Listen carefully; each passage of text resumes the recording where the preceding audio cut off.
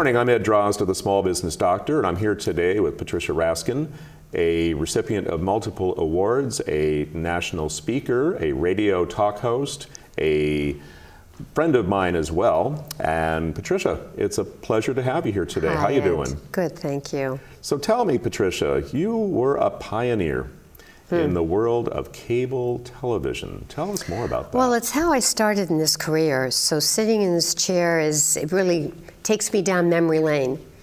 You know, my background is that I was a teacher and a guidance counselor. I got a master's degree in counseling. And I was very much involved in wellness and holistic health and looking at how can we prevent things? How can we be more proactive in our life? And I noticed that my work with children was very much about putting Band-Aids on kids. You know, you would help them, you would counsel them, and then they'd go back into homes and things weren't changing. So I saw something was off, and I'm going back a lot of years, Ed. And I think I was one of the first people in Massachusetts to teach parenting groups. I'm going back a long time. And then I had an opportunity one day to be on cable television when it was just starting, and it actually began around 1982. Okay. When this whole system of cable TV coming into communities came into town, and then what they would do is offer to the citizens of the community an opportunity to come in and use the equipment. Okay. But again, this was brand new in those days. So someone told me about this, and I came from a very musically talented family. I was a singer as a child, and I'd been up in front of people a lot. So being in front of people was easy for me. Okay. And someone came to me and said, you know, cable TV is going to start in our community. I was up in Massachusetts in the North Shore. And why don't you do your own show? And I thought, what an interesting concept. That's all I knew. Right. Never thought about it. So I remember calling and saying to them, you know, I would like to do a program on positive thinking and positive people and showing positive role models. This is over 30 years ago. And I remember the program director saying to me, great idea, come on down and do the show. I said, what? So the next day— Were you hoping for him to say no? Well, I guess, I don't know how it happened. I guess we found people, or there were people there that were coming on board and were helping to do this. So that was where I got my start. And what I want to say is that what I was doing then is exactly what I'm doing now, except my audience is bigger, my message is broader, I'm doing it in different mediums, but it's the same message, which was, I want to help people see what works. I want to give people hope. And if I can do that through the media, through whatever medium, then it's going to help them and help me. Because I also in those days needed that and still do. You know, I read a book then, which has really helped me in my whole life. It's been a guiding principle for me. And it's helped me to make dramatic changes in my life. And the book was a little teeny book by Richard Bach, who I interviewed later on, called Illusions. And this book was a fable. And in the book was a seagull by the name of Jonathan Livingston Seagull. And there's a phrase that the seagull, he's advising, and he says, you teach others what you need to learn most for yourself. And that's what I did. You know, that's what I did. Let's take a look at that. I've done that my whole life. I know that hope is a big thing for you, and I know also that as far as entrepreneurship goes, you've referred to yourself as the uncomfortable entrepreneur. So take us from those early days to the present time, and a little bit more about this uncomfortable entrepreneur. I'm curious about her. Well, by the way, let me add, I know that she's a successful entrepreneur. However, there's this thing here that the common folks would like to hear about. Sure, well, okay. So that was the beginning of the road. And for many years, for several years, I did cable television, which is volunteer, it's my avocation, and I was doing teaching and consulting and event planning. And then I lived in the South for about 15 years. I was married at the time. And I was helping in that business, and my ex was a physician. I was helping to market, so I was very involved in other things and other, the other business aspect, because I had the marketing skills as well. Right. But I stayed with my work. So I was doing more television. I had a couple shows on Fox affiliates. Then I did some documentaries for the North Carolina Division of Aging, which aired on the PBS there in North Carolina. So it was the same thing about positives. I'm getting to the point about the entrepreneur, but we're not there yet. That's fine. So I was doing that, and there were certain things I was doing as consulting, particularly the documentaries. Then I was doing event planning. And then around 1996, I had an opportunity to switch over to radio. I had shows on Fox affiliates, and then I was doing the documentaries for the Division of Aging. I had an opportunity to switch to radio. And I thought, how interesting. So I started radio, and I loved it. And you'd say, well, why? Because when I was doing television, I was so involved in the hair and the clothing. I mean, it took me as much time to get prepared and ready visually, right, as it did to sit down with the guest. Right. And then you had to have the guest there. Now, things have changed now. We're fast forward 15, 20 years, where now you can actually have the guest on Skype, or you have the monitor. We have the webcam, right, so that you can see the person. But then it was different. So I thought, isn't this great? I can interview anybody from anywhere. That includes celebrities and best-selling authors, which I did. So for about 12 years, I had my radio show in the place in North Carolina on the coast. It was really wonderful. It's WTKF 107.3. I have to give them a shout out. And I really loved it. And then I went through a divorce, and I stayed in the community for a couple of years, and I was doing more event planning and still doing my radio work and interviewing all these people. But I did not have to monetize radio or my media work. I had other sources, and I was working in other capacities. So, and I was a producer and producing programs and working in that way. So then in 2007, after I had finished this project, I'd stayed on for 2 years. I was running a large sesquicentennial, which was a big 150th celebration for the founding of the town. Okay. And I was very honored that I was executive director and running that. And that ended. And I came back up north where my family is, because I'm originally from Connecticut, but I've lived in Connecticut and Massachusetts. My brother was in Rhode Island and still is. And my parents at that time, who have recently passed in the last few years, they went from Connecticut to Florida, where they retired. But after a while, when my mom's health was failing, my brother in Providence said, look, Mom and Dad, come on up here, where you're near family and all the children. So they came to Rhode Island. So I had just finished my project in North Carolina, and this is a very interesting story. I had bought a small condo, and I had just decorated. I had someone help me, and I was all set. I was doing my work. So I come up. I had just finished this project at the sesquicentennial, and I came up to see my family, and I went to a big family event. And I sat there thinking, you know what? I mean, I don't have any more ties there, as much as I loved it there. The beautiful ocean like here, but warmer. And I remember thinking, here I am, my daughter's nearby, my family's nearby, my parents are, maybe I should think about relocating, but I just bought a place there. So I remember going back to the hotel room, and this is all part of this whole story in terms of what I believe in with serendipity and miracles and what happens. I'm into the hotel room, and I'm wrestling with this. And I'm saying, what do I do? And I hear a voice come into my head that says, well, why don't you pick up the phone and call a radio station in Rhode Island? And I said to the voice, really? So the first person I called was my brother, who had been here, now it's 30 years. And I said, listen, Russell, I said, I want to explore this. Who do you know? He said, well, there are 2 major talk stations here. So I called both of them. And I left a message on both of the machines. I also emailed and followed up in writing. And about 2 days later, I get a phone call out of the blue from, and I want to give him credit, Paul Giammarco, who was program director at that time at WPRO, which is Cumulus, which is where I have my programs. And I remember walking into the assisted living, and the phone rings, and he says, "Hello, Patricia." He says, "This is Paul Giammarco from WPRO. Did you call me?"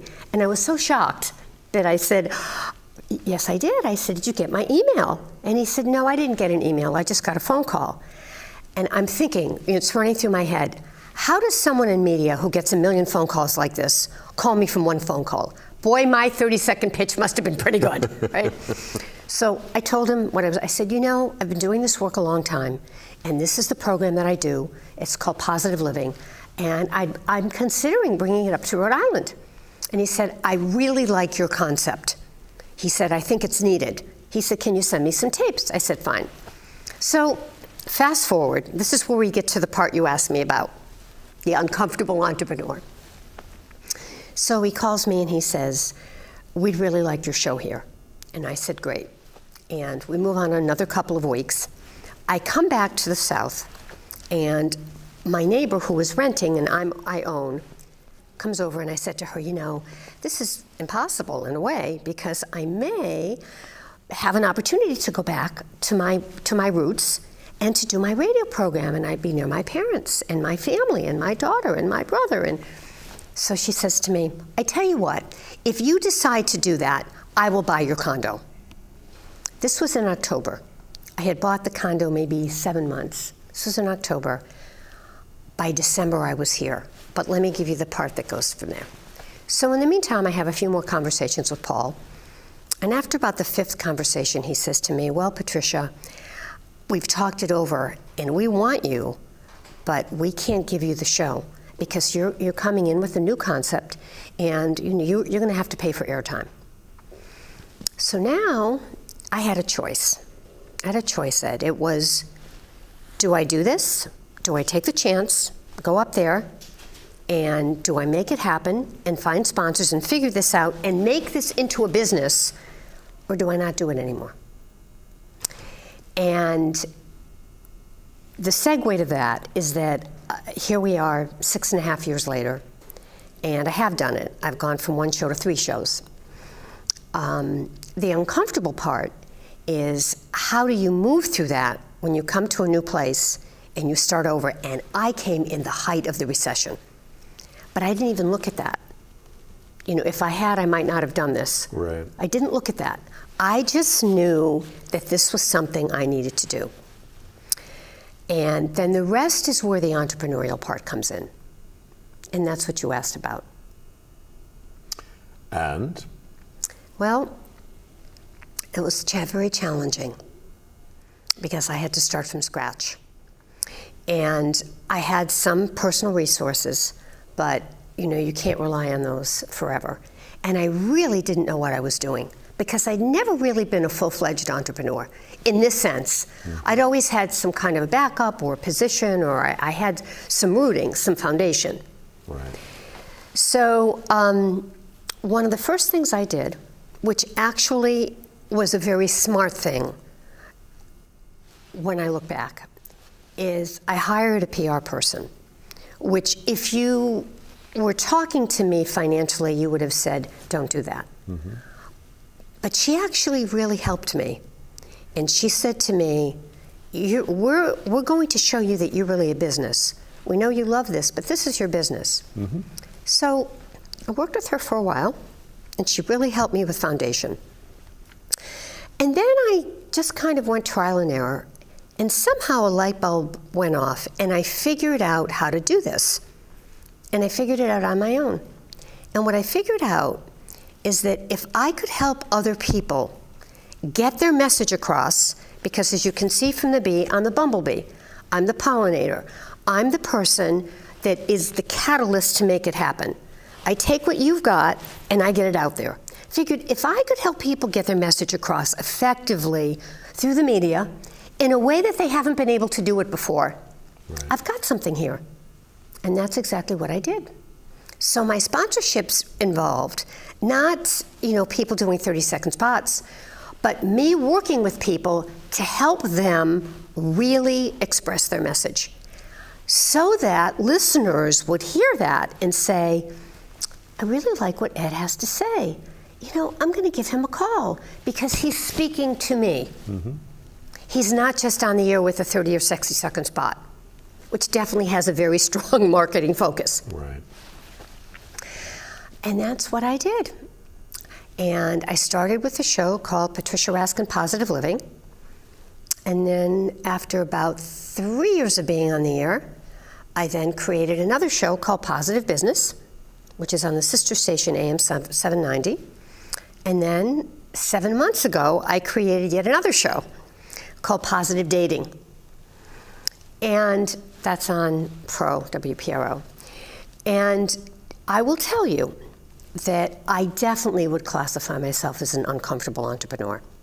And when I write my third book, I will write about this because for me, for some people, and you know, I interview people all the time. Mm-hmm. So I interview entrepreneurs who will say to me, when the going gets tough, you know, when I'm really under pressure, that's when I really get geared up. Boy, you know. And for me, that's the hardest part because my nature is that I want to know, I want to plan, I want to know I've got these clients, I want to know it's working, and I'm fine. So what motivates an uncomfortable entrepreneur Good question. to open up that second and that third show? You know? What would you say is at the root of it? What's the incentive behind that if that actual act is something that's so fearful? That makes you uncomfortable. Very uncomfortable. What is it that drove you there? Drives you there? It goes back to something that you have said. It's intention and purpose. Okay. You know, I have a very strong calling, which is to make the world a better place through the media. Uh-huh. And I know that I was put here to do that for a variety of reasons. And quite frankly, I did not necessarily have female role models who showed me that. Okay. My female role models were more in traditional roles, so that wasn't something they had to do on their own. Right.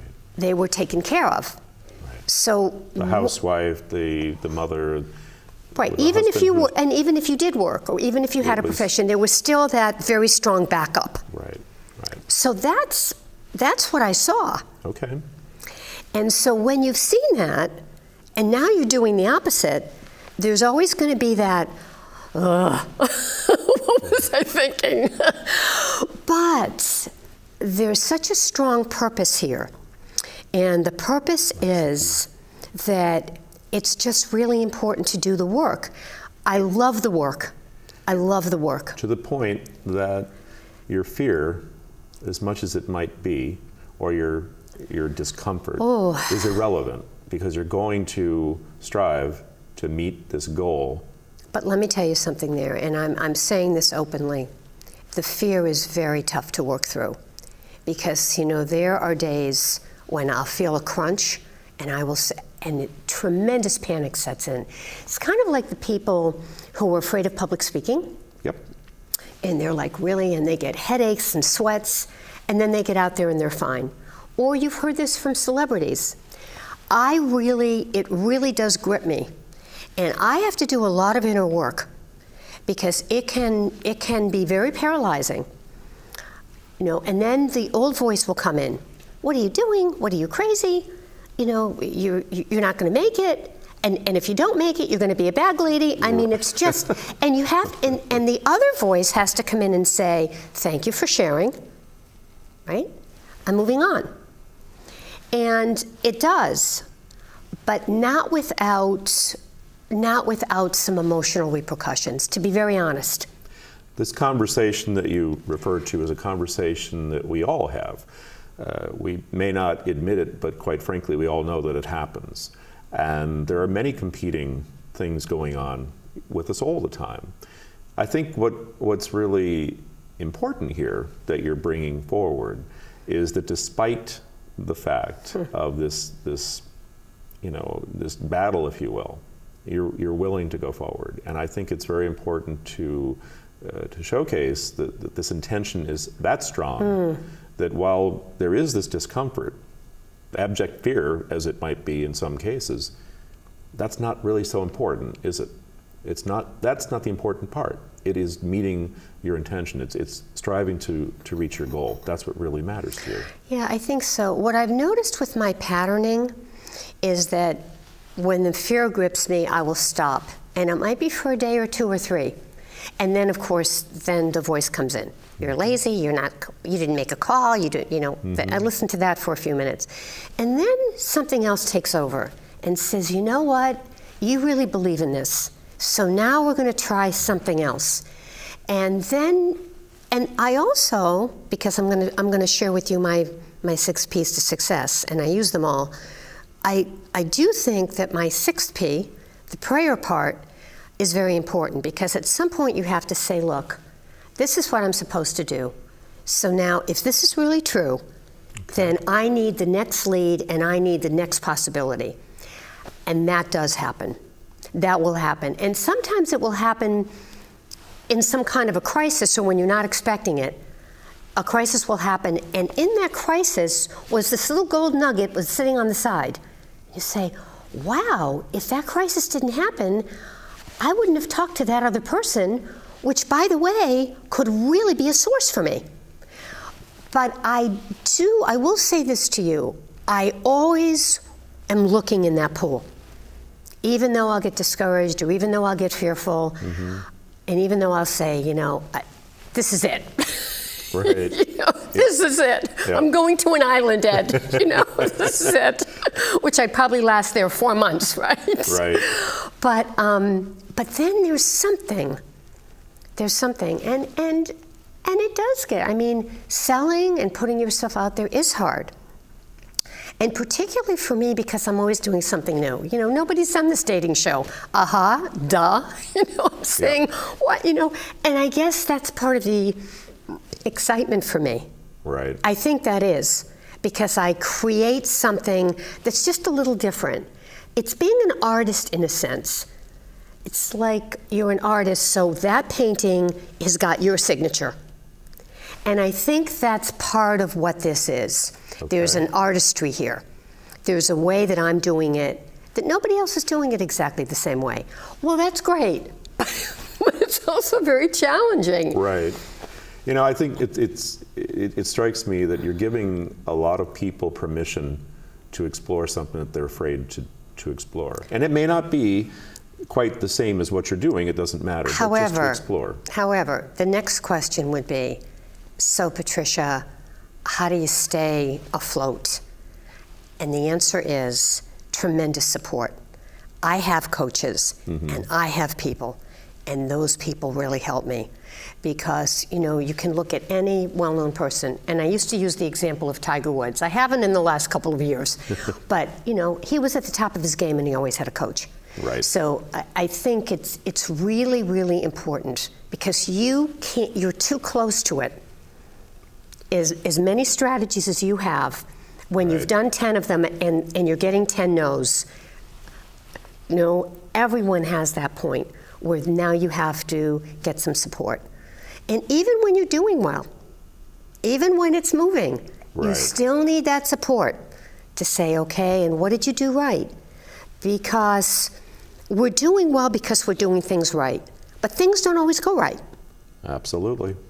And so what do you do? And I think, as I said, I've written 2 books, and I think probably the greatest thing I've learned from all of this is that when I look at the mistake or I look at the obstacle, I somehow always look for the opportunity. I look for the solution. And that's what I do on the air. That's really what I do, is I bring these experts on, Ed, who are saying to people, you've lost hope, wait a minute, there's an answer here. And that is so gratifying, to be able to, when people come up to me and say, I really got help and my life got changed and I heard it on your show. That's the aha moment for you. I think it really is. And does that support you and remind you that your mission is a worthwhile one, and that it's something you really truly want? It does. It does. But again, it does have its challenges. It also has its exhilarating and wonderful moments. And I think we'd all describe, life in general as somewhat of a roller coaster, wouldn't you say? I think so, but I think if you keep your eye on that end piece, on that vision, and let me give you my 5 P's because that ties into this. My first P to success, which was in my first book, is purpose, and that's what I'm talking about here. Really making the world a better place through positive media and through the stories or the people that I bring out. The second one is plan. If I don't have a plan and I didn't create this into a business, then I couldn't do this. Right. So that has to be concrete. The third part of that is if you really believe in it and you love it, then you've got the passion. And if you have the passion, then that's the juice. However, there are going to be times where you're knocked down a little bit. The passion is dampened because you're not getting the result or something has happened. Right. That's when the 4th P kicks in, which is persistence. Okay. And persistence is not, bang, bang, knock, knock, knock. Persistence is, let's evaluate. Do I have the wrong timing? Do I have the wrong strategy? Do I have the wrong market? Am I doing the right thing? Absolutely. And then the 5th P, which I have always found the most challenging for my nature, is patience. Because in patience, whatever you're doing, you have to keep doing it with that same amount of passion and drive. Right. And not everything you do is going to work. So you're planting that seed, and that seedling may not grow at all, or may grow to a little bush, or may grow to a tall tree, and you still have to have that same kind of drive and energy. Absolutely. And then the 6th P that I added a few years after I'd written the book was prayer. Because I do think that higher power, whether it's God, whether it's a higher power, what it is, will really guide you, because I think there is something much greater there working for us. I think those 6 Ps are a great takeaway and a great inspiration for a lot of folks. Patricia, our time is wrapping up. I hope maybe you can bring us some closure here in the time that we've got left. All right. Do I have like 3 or 4 minutes? No, I'm going to give you about 1. Oh, well then, all right, then I'll give you quickly, I was going to give you my 7 principles for positive living. However, I don't think we'll make it in a minute. So you know what? What people can do is go to my website, which is patriciaraskin.com. And my shows are on Cumulus Broadcasting. They're on WPRO on Saturday, Positive Living and Positive Dating, and on Friday, Positive Business on AM 790. And all of that's on my website. I would love to hear from people, Patricia at patriciaraskin.com.